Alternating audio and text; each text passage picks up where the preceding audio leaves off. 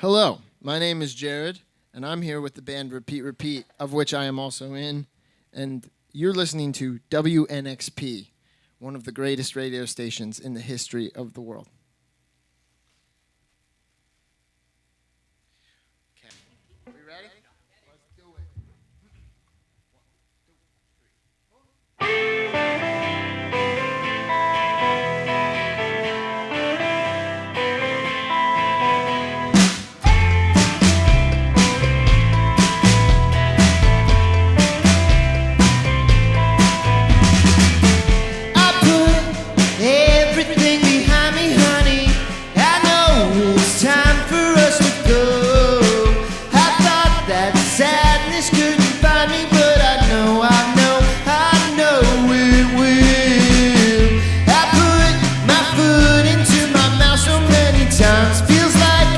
Trippin on my words.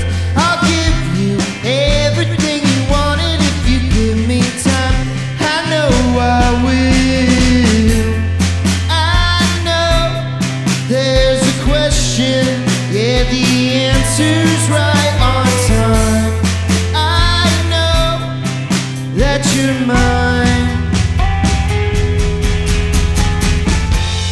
They said change direction when you were just around the corner from me. I said, just wait and see.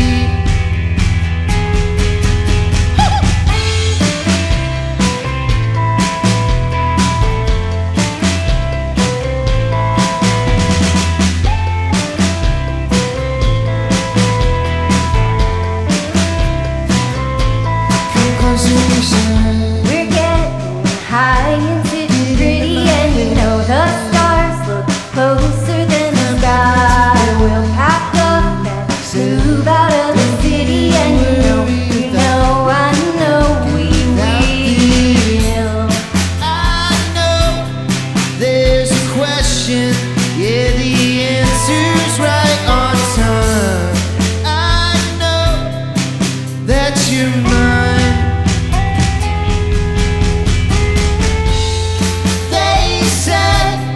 Change direction when you were just around the corner from me. I said, just wait and see.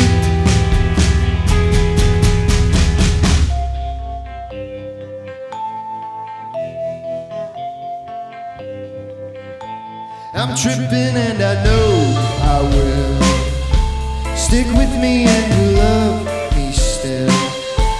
I'm tripping and I know there's a question, yeah, the answer's right on time. I know that you're mine. They said change direction when you were just around the corner from me. I said just wait and see.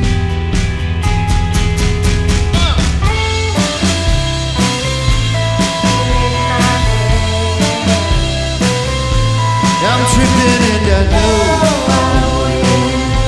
stick with me and you love me still. I'm tripping and I know stick with me and you love me still.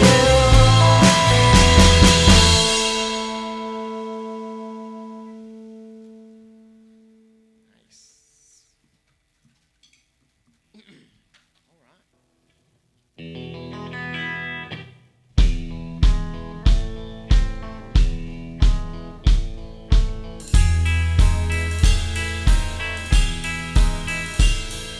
You have made up your mind. Say it again. I'm wasting my time. I have made up my bed. Left sitting here, scratching my head, putting all the pieces together. I could have been better. I'm late to the party that's already started. Say it again. wasting my time. Right back where I started from. Told myself I'd overcome. Now I'm feeling just as dumb for leaving you.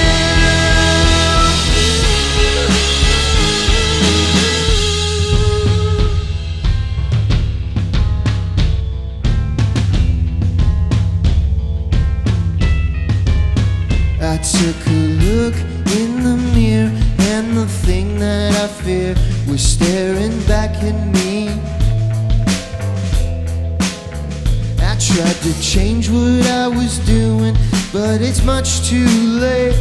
Don't wait, I'm wasting your time. Right back where I started from. Told myself I'd overcome. Now I'm feeling just as dumb for leaving you.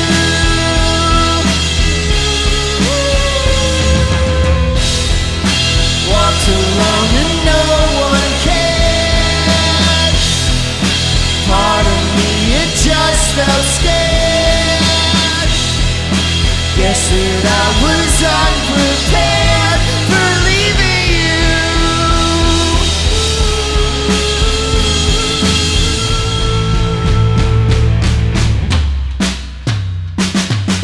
Wasn't sure how this would work, but fuck, this hurts. Now I'm waking up, going out and killing my mind. I found a way to make the situation worse, even though I walked away.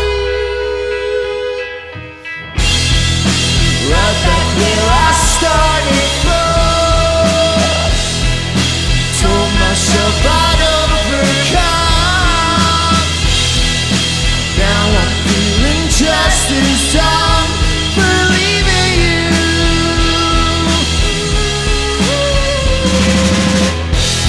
The fire's out, the lights are black. I know there's no going back. Every word you say I am believing you.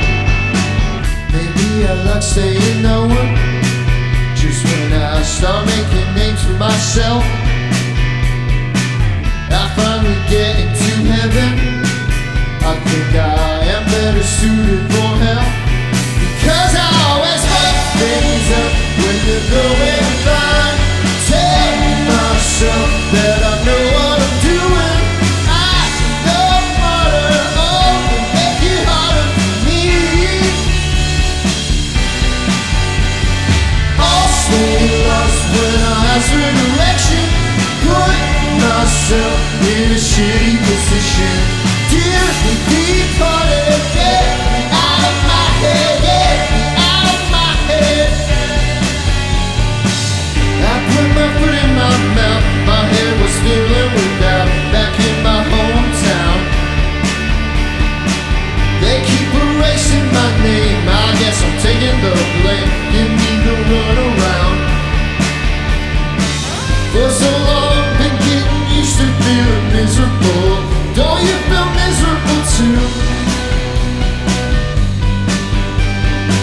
Why do I do what I do?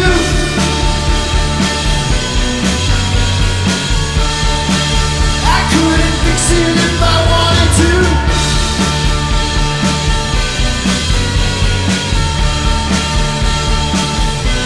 Why do I always fuck things up? Now you run out of pity. Start to think that I like feeling shitty. What a disorder, don't even bother. I no martyr, please don't feel sorry for me. All right, it's me, Adam Culver. You may know me from the weekends here at 91.1 WNXP. Right now, so thrilled to be joined by a band who just slayed in our newly minted Sonic Cathedral. It's Nashville's premier power pop couple, Jared and Kristen Corder. How are we doing this afternoon, folks? We are doing very good. Thank you Very for good. such a nice intro. That's very nice. I try to play this game where I pretend like we don't know each other for a decade or more. I've been around for a lot of your origin story, but for some of the folks at home who don't know how this band came to be, could you enlighten us a bit?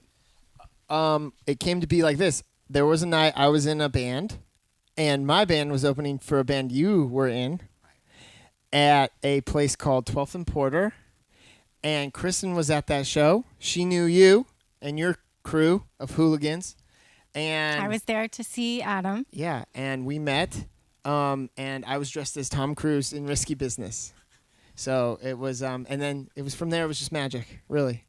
Yeah, because he was wearing no pants, so naturally.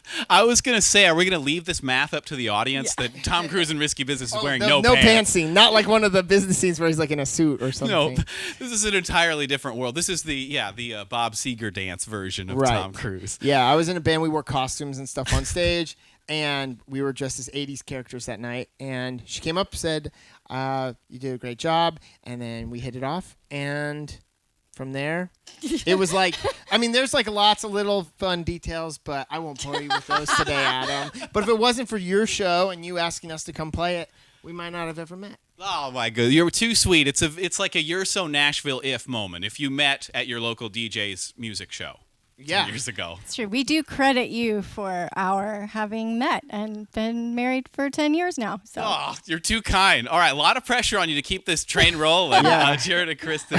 So when you're in a band and married, I call it being double married. Do you feel like that's an accurate description?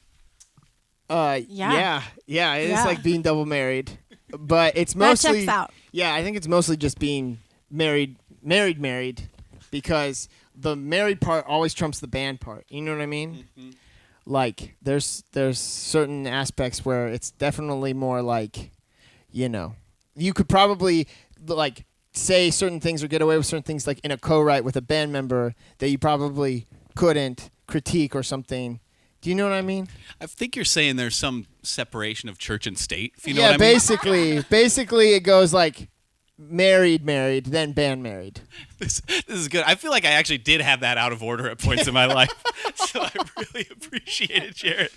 So the new music is incredible. We've loved Spinning for Leaving You. It's got such a massive sound to it. The band now is a different band. It started out as kind of a duo thing, repeat, and it seems like the vision has just gotten larger and larger and more widescreen. Has that been intentional or just sort of happened as you've been going along the path? Both. I think it was intentional to stay small in the beginning until we started making our own music, like producing our own music, and then not wanting to leave parts out, and the band has grown. Yeah, we were like really into the band Colts and the Ravenettes and stuff, and even though some of their iterations had other members, a lot of them were like two-piece. So that was kind of a big aspect for us in the beginning. But I I don't know, man. All bets are off, like post 2020, right? So as we've just created more landscapes in our music, we've been like, well, we've got to have acoustic guitar on this track, but the boys are already taking up everything else, so we need somebody else, So we're slowly figuring out like what we can keep in and what we can leave out, but it just has gotten more and more full. So.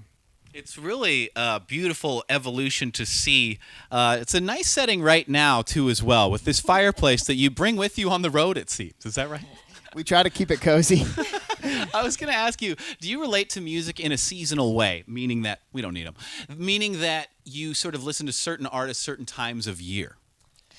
Yeah, and I think, too, when we first started out, we definitely identified as a summer band and wanted everyone to identify us as a summer band. I think we really nailed that into everyone, including ourselves. And it took 2020 to really kind of realize we listen to things that are a lot more chill. And so we learned how to kind of... Well, I think we listened to lots of different stuff, you know what I mean? So I think what happened is we were kind of set in this way. Oh, watch your sunglasses. We were set in this way where in the past where we were like, if we wrote a song and we'd be like, would this fit the band or whatever? And I think over the last couple of years now, we just write songs and then we just put them out. And it's like, we don't care if they fit the genre or fit the style or if our fan base will like it or not. We kind of just hope that our fan base will, if they like our songs, they'll just follow on the journey with us. And a lot of our favorite bands have done the same thing too. But yeah, so we've every time we make a song these days in the last couple of years, we've been like, oh, that Broncho song is really cool. Let's try to make a song like that. And it'll be like sludgy and grungy. And it'll be like, that Andy Schaaf song is really cool. Let's make a song like that. So it's really less like trying to fit it in a box and more just being like trying to emulate our idols. It's also really helped release-wise because we used to feel like we had this window of like, oh, we can really only release our music in the spring and summer because that's the mood that we're setting, really. And so we threw all that out the window, and now it's fun to just put out whatever, whenever it seems like it would be the best fit seasonally. So I think we are pretty heavily driven by seasons. And that brand new EP, Songs for a Nice Drive, has a real autumnal feel to me. Feels a bit like fall. It has that sort of warmth, that golden glow to it. We're really thrilled you're going to be playing our gig in December as we celebrate 1 year at WNXP out at Exit Inn. The lineup's insane. It's you guys. You better be there. Liza Ann, Band Tug, Josh Gilligan, and Namir Blade. After having this time of almost 2 years off from live shows, and we're just getting to sort of taste it here in the Sonic Cathedral, what's your feeling like getting back into that arena? Really scary, actually. No joke. My headspace has changed a bit in the last couple of years. Our last tour was in arenas, like opening for some bigger bands, and then everything shut down, and it was a lot of time to like rethink my values and my goals and what I thought success was and things like that. And so I think I had always just... Part of it was just like moving here, being broke, like after college and stuff. I didn't have money to make a record, so I had to rely on like putting on a really good show. And I think in the last couple of years, I've just really focused on the songwriting aspect and really digging into like the sonics of how a record is made and the lasting impression that like I'll leave when I'm dead. I feel like a show is like this pocket of time that the people in the room can all experience, and it's really magical. But like a record is something you leave as a legacy. So it's scary now because I feel like if there were 5 people in the room, I could entertain them and dance around like a crazy person. But now I just like want the songs to be really good and powerful and speak to people in a way that artist songs that I love have spoken to me. So I'm just like trying to figure out who I am on stage and if that's the same type of person that I am, when I'm not on stage. So it's kind of scary, honestly. I don't know. I'll tell you that thus far I've enjoyed all the Jareds I've met. And it's been a fair amount, yeah. Well, I mean, part of it is... Nearly all I'm of them, serious. I think. Yeah. I think part of it, too, is we would go on these tours when you're a small band, and you would play, like, big rooms, and then you would play a room, and you'd be like, oh, man, there's not a lot of people here tonight. And you would just have to, like, let's put on this crazy show and make, these things that people will, like, take out their phones, whatever. And I'm just right now trying to focus on, like, playing well, singing well, like, being a really tight band. And that's really scary when you're like, well, we don't have any gimmicks to like use tonight. You know what I mean? I'm not, my old band, I'm not wearing a costume or shooting a confetti cannon out. So I can't rely on that. I think old us would have looked at current us and thought that we were boring. And now I think that we want to be boring. We really want to be boring, so that's our goal. And I feel like the meaning of that word even has changed over the past 24 months. You know what I'm saying? It's such a joy to get to be around you in person. Really looking forward to December the 1st and all of the new music that we're getting from Repeat Repeat. I know there's more on the horizon. Jared and Kristen, it's been such a joy. Thanks for joining us in the Sonic Cathedral. Thank you for having us.